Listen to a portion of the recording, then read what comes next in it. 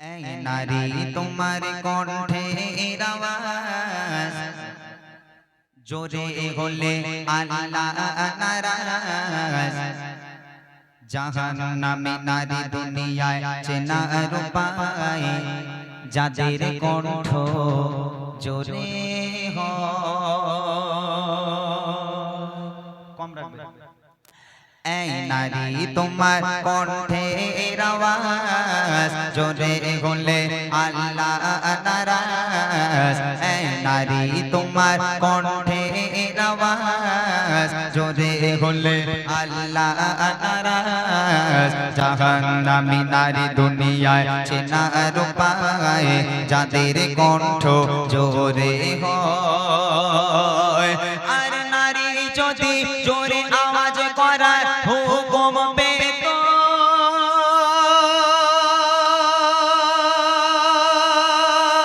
তবে এদের আজান দেবা জায়েজ হতো। মিরাজ থেকে এসে নবী, মিরাজ থেকে এসে নবী সাহাবীদের শোনায়, সাহাবীদের শোনায়। এই নারী তোমার কণ্ঠের আওয়াজ জোরে হলে আল্লাহ নারাজ। এই নারী তোমার কণ্ঠের আওয়াজ জোরে হলে আল্লাহ নারাজ। জাহান্নামী নারী দুনিয়ায় চেনার উপায় যাদের কণ্ঠ জোরে হয়। মেয়েদের এই কণ্ঠটাকে পর্দা করতে বলা হয়েছে। হে নারী, তোমার দেহটা ঢাকা যেমন তোমার জন্য ফরজ, তেমন তোমার এই কণ্ঠের আওয়াজটাকে ঢাকাও তোমার জন্য ফরজ। কিন্তু তুমি যখন স্বামীর সঙ্গে ঝগড়া করো, চারটে ভূতের মানুষ জানতে পারে যে হাওড়ামারির অমুকির বউ স্বামীর সঙ্গে চুল ছেঁড়াছিড়ি করছে, চারটে ভূতের মানুষ জানতে পারে। হ্যাঁ, কবে চেতনা জাগবে? নারীদের কণ্ঠের আওয়াজ যদি জায়েজ হতো তাহলে এই মসজিদের মুয়াজ্জিনা ছেলেরা হতো না, মেয়েদের করা হতো। কেন বলেন তো? মেয়েদের কণ্ঠ মধুর মতো। হ্যাঁ, এখন মেয়েরা মসজিদে আজান দিত, 1 লক্ষ মতান্তরে 2,24,000 পয়গম্বর নবী দুনিয়ার বুকে এসেছে। আচ্ছা, আপনারা কোনোদিন শুনেছেন কোন নারী নবী হয়ে এসেছে? আসেনি, সব পুরুষ। কেন বলেন তিনি? যদি নারীরা নবুয়াত পেত, যদি নারীরা নবী হয়ে দুনিয়ার বুকে আসতো, তাহলে নারীরা যখন দাঁড়ে দাঁড়ে ঘুরে ঘুরে ইসলামকে প্রচার করতে যেত, তাদের কণ্ঠের আওয়াজ ছড়িয়ে যেত, তাদের পর্দা লঙ্ঘন হতো, তাতে করে বিভাদ সৃষ্টি হতো, বিশৃঙ্খলা সৃষ্টি হতো। ওই জন্য আল্লাহ পাক আল্লাহ তাআলা 2,24,000 পয়গম্বর দুনিয়ার বুকে পাঠিয়েছে, সব পুরুষ, একটাও নারী পাঠায়নি। হে নারী, তোমার এই কণ্ঠে আম্মাজান ফাতেমা তিনি সারাটা জীবন কাটিয়ে গেল।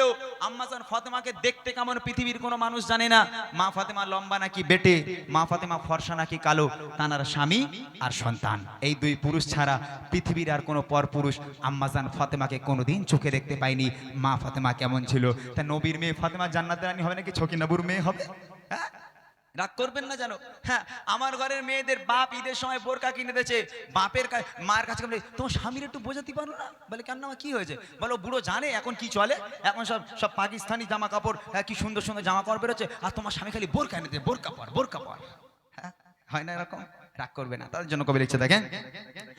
ও গো আল্লাহ দেখো লাখো লাখো নবী পাঠিয়েছিল, সবাই তারা পুরুষ ছিল, নবুয়ত যারা পেল।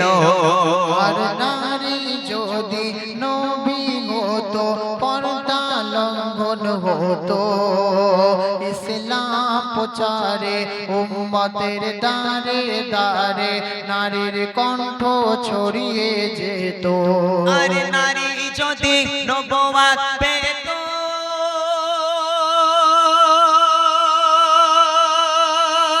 তবে আদমের কি কদর হতো, জান্নাত কি আর খুঁজতো না রে, জান্নাত কি আর খুঁজতো না রে। স্বামীর পায়েরই তলায়, স্বামীর পায়েরই তলায়। এই নারী তোমার কণ্ঠের আওয়াজ জোরে হলে আল্লাহ নারাজ।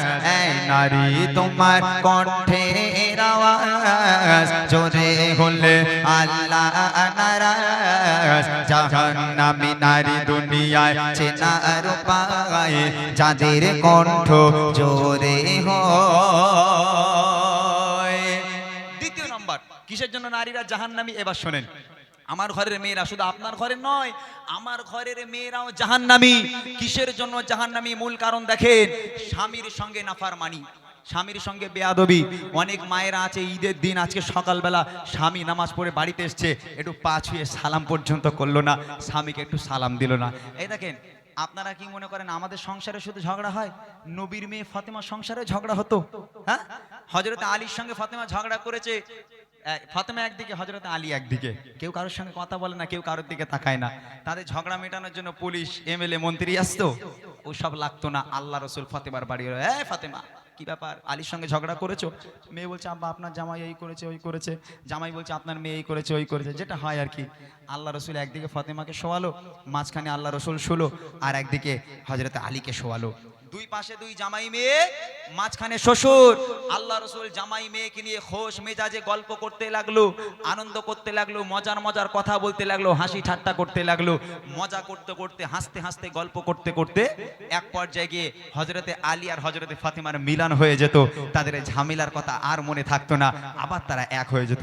আর আমার ঘরের মেয়েরা, স্বামী যদি রাগ করে একটা বউরে চর মারে, ফোন চলে যাবে, আব্বা তোমার জামাই আমার মেরেছে, শিগগির এসো।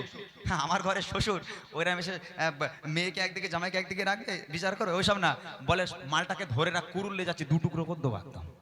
হ্যাঁ, কুরুল্লে যাচ্ছে, দু টুকরো করে দেবো। আমি আমার মেয়ের গায়ে জীবনে হাত দিন, সাহস কি করে মেয়ের গায়ে হাত দেওয়া? হ্যাঁ, এরকম বলে না।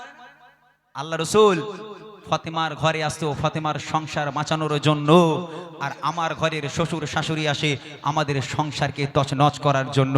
আল্লাহ রসুলের কাছে থেকে শিক্ষা নাও, সংসার কিভাবে শান্তির করতে হয়।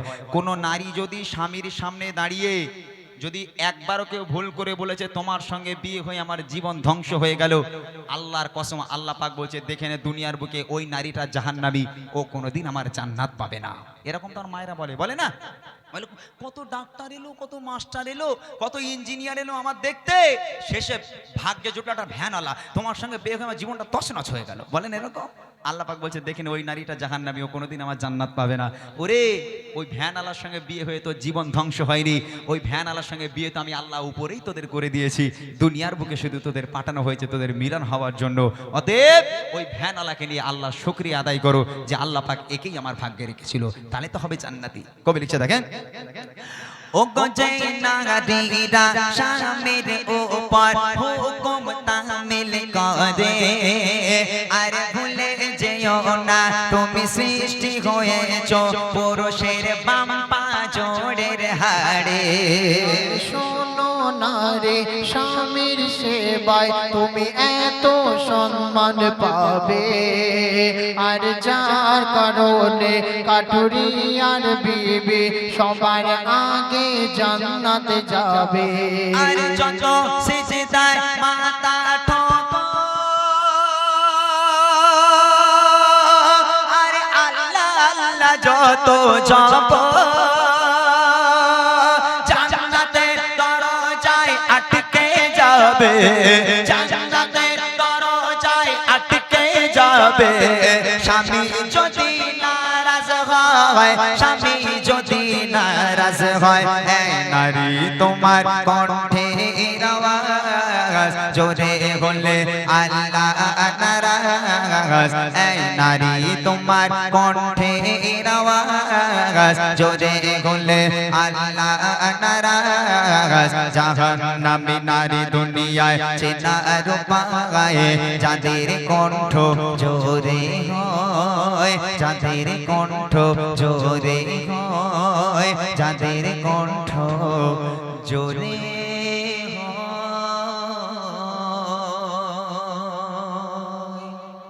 গজলটি খুব ভালো একটা গজল, আমার খুব ভালো লাগে। আমাদের জাফর দা গায় এবং সম্ভবত কবি সামদুল